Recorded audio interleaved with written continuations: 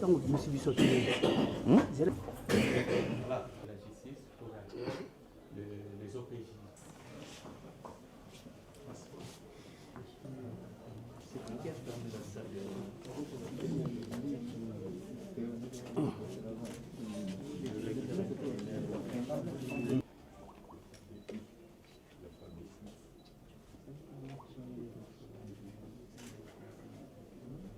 Non.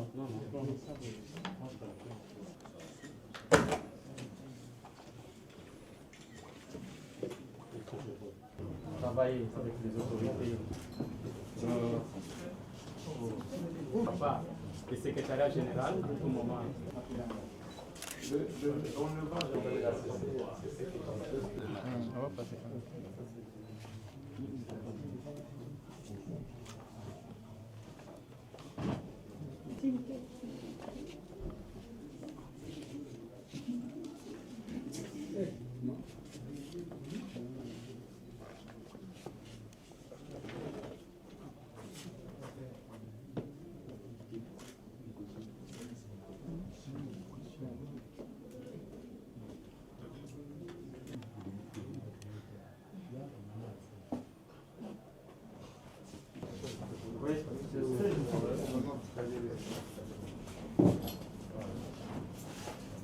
Merci beaucoup, l'État.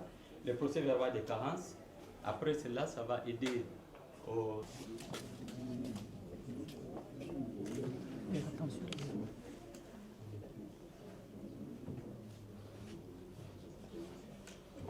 Aussi, comment je vous remercie.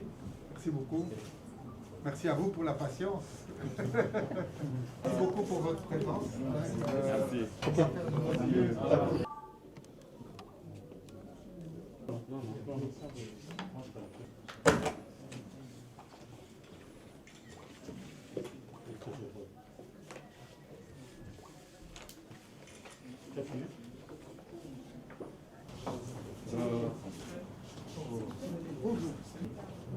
Travailler avec les autorités au niveau de la papa, le secrétariat général, à tout moment, nos portes sont ouvertes. C'est notre souci. Comment je vous remercie. Merci beaucoup. Merci à vous pour la patience. Merci beaucoup pour votre présence. Merci. La lecture de ces deux documents, des actes juridiques, nous avons les intéressés été notifiés par le secrétaire général, Benjamin Ferrand, qui est en mission à Brazzaville. Alors, sans plus tarder, nous allons passer par lecture du procès verbal que les intéressés pourront dire. Il faut dire oui, avant la signature. C'est le prix là, ils ont dessus. C'est le prix de le procès verbal. C'est le prix de la procès verbal. Voilà. Effectivement. Voilà. Pro Justicia, procès verbal de carence. Procès verbal numéro 003, OPJ, CCV, Secrétariat général, Environnement et Développement durable 2021. L'an 2021, le 12e jour du mois d'août, vers 13h. C'est parti, 13h.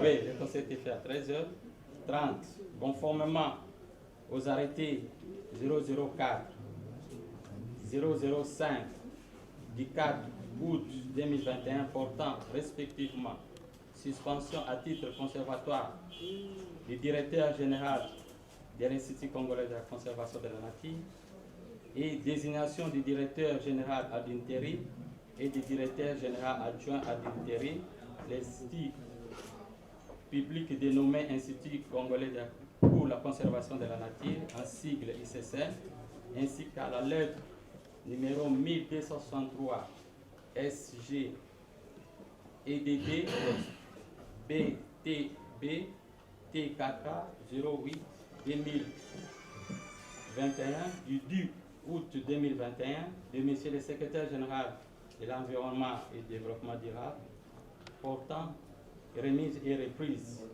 Nous, Roland, Romain, Loi Mugoso et Théodore Mifouba Mungoul, inspecteurs nationaux et officiers de police judiciaire à compétence territoriale générale et restreinte en matière de l'environnement et développement durable, numéro d'identification 091-Pro 24-04 et 233-019, résident à Kinshasa.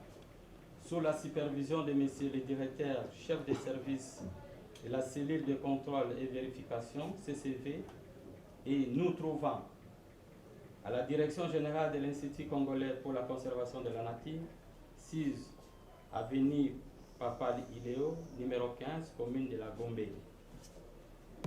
Conformément aux pouvoirs qui nous sont conférés par la loi, les nommés Wilungula Balongelwa Cosma, directeur général suspendu de l'ICCN, avons pris acte de son absence au lieu de la remise et reprise avec M. Mouchete Kole Olivier et Imbongo Yoté Vincent, respectivement directeur général ad intérim et directeur général adjoint ad intérim. Par conséquent,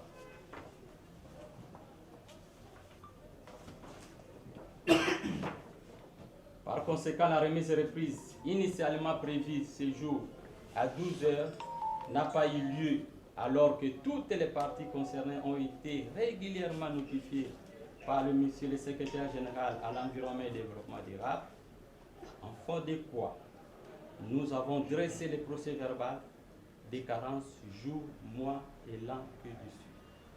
Nous jurons que le présent procès-verbal est sincère sous la supervision. Pour la supervision, Patrick Mamboleur Yapati, les officiers de police judiciaire, Théodore Mifouba Mongol, Romain Loa Moussongo, témoin, Aimé Oscar Kayoka Ndiaye Bida, directeur chef du département des ressources humaines, ICCN, M. Kingombe Chiali, secrétaire général au tourisme, M. Yuma Okitao Gabriel, secrétaire général AI à l'environnement et développement durable. Je vous remercie. Les jours au quotidien dans ce difficile travail, ce sont nos éco-gardes qui appartiennent évidemment au corps PPM, dont j'ai le plaisir d'avoir avec moi les deux principaux dirigeants, ici le général Massi et le général Kitenge.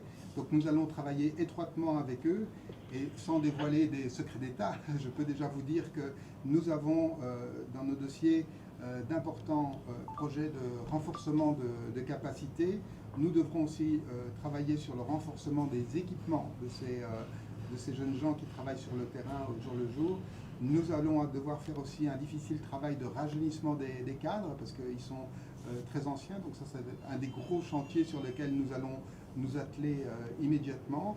Et au-delà de ça, même si aujourd'hui on a 4000 agents, pour assurer la bonne sécurité de nos parcs, nous serons sans doute amenés à augmenter l'effectif, parce que pour l'instant, nous n'avons pas suffisamment de monde.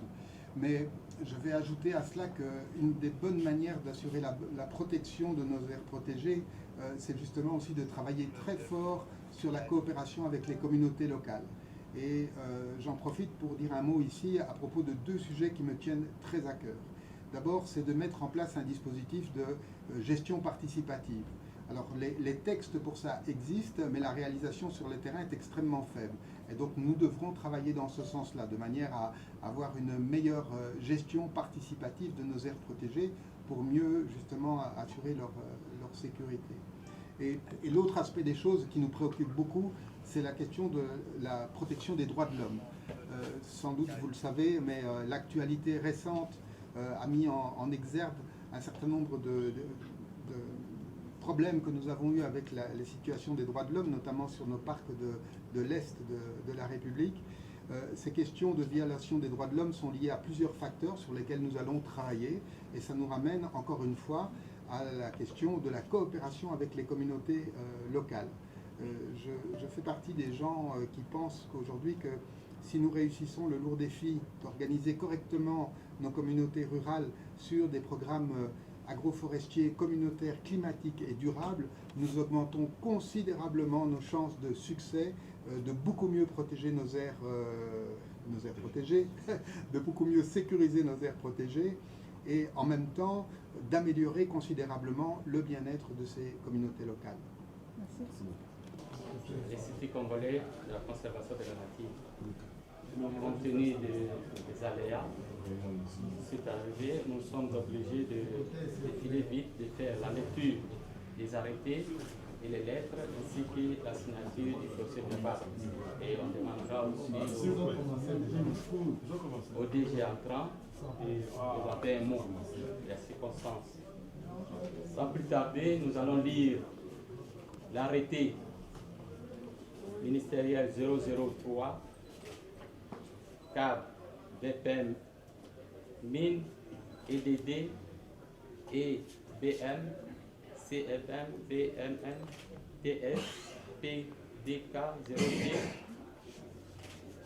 2002 du 3 août 2021 portant suspension à titre conservatoire des membres du conseil d'administration de l'Institut congolais pour la conservation de la nature, ICCN. Arrêté 004.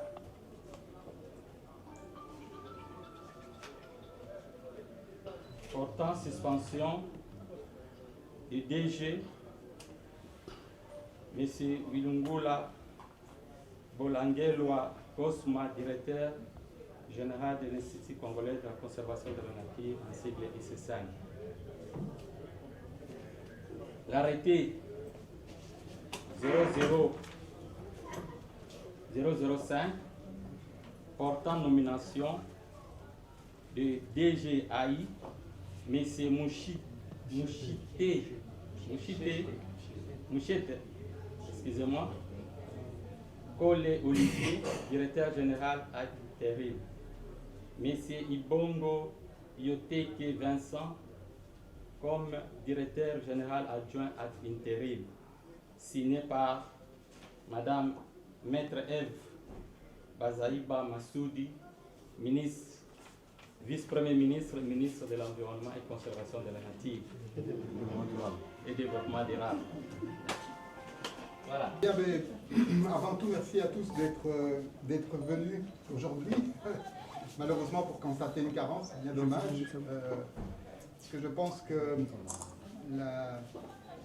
la gestion ici de l'Institut congolais pour la conservation de la nature est un défi majeur pour tout notre pays et pour sa population. Et je voudrais d'abord évidemment remercier le chef de l'État, grâce à qui nous sommes ici aujourd'hui et qui a pris ces décisions courageuses de nous orienter vers un avenir nouveau, parce que c'est pour ça que nous sommes là. Je pense que certaines institutions doivent effectivement tourner la page pour aborder des nouveaux avenirs et des nouveaux projets. C'est pour ça que nous sommes là.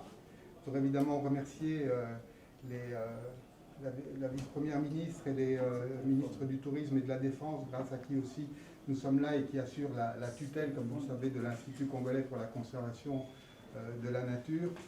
Et je voudrais aussi dire un mot très particulier pour tout le personnel de l'ICCN avec qui nous travaillons ici. Vous savez, l'ICCN, c'est plus de 6000 agents, dont 4000 éco-gardes du corps PPN. Ce sont des gens qui, tous les jours, risquent leur vie sur le terrain dans des situations extrêmement difficiles. Et j'en sais quelque chose, puisque j'ai été pendant presque un an à la Bombolumene. Comme vous le savez, certains de nos éco-gardes payent leur service par un très lourd tribut, puisque nous avons des jeunes gens qui décèdent sur le terrain du fait de l'exercice de leur métier. Donc je pense particulièrement à eux aujourd'hui, parce que si nous sommes là, c'est aussi pour assurer la continuité de l'institution qui correspond très directement à la fierté des personnes qui travaillent sur le terrain. Et notre présence aujourd'hui participe à renforcer cette fierté. C'est pour ça que nous sommes là, pour faire avancer les choses, malgré tout, malgré le contexte. Avec mon adjoint ici, Vincent Mbongo, nous abordons maintenant une mission extrêmement difficile pour laquelle nous avons besoin de mobiliser toutes les ressources autour de nous, humaines, matérielles et bien sûr financières aussi. Comme vous le savez, nous apprenons aujourd'hui la responsabilité de la conservation de la nature de la République démocratique du Congo, qui est un des plus grands pays en matière de biodiversité, en matière de forêt, flore et faune. Donc c'est une responsabilité énorme. L'ICCN, si on tient en compte les zones tampons autour des aires protégées, ça représente presque 25% du territoire national. La tâche est énorme.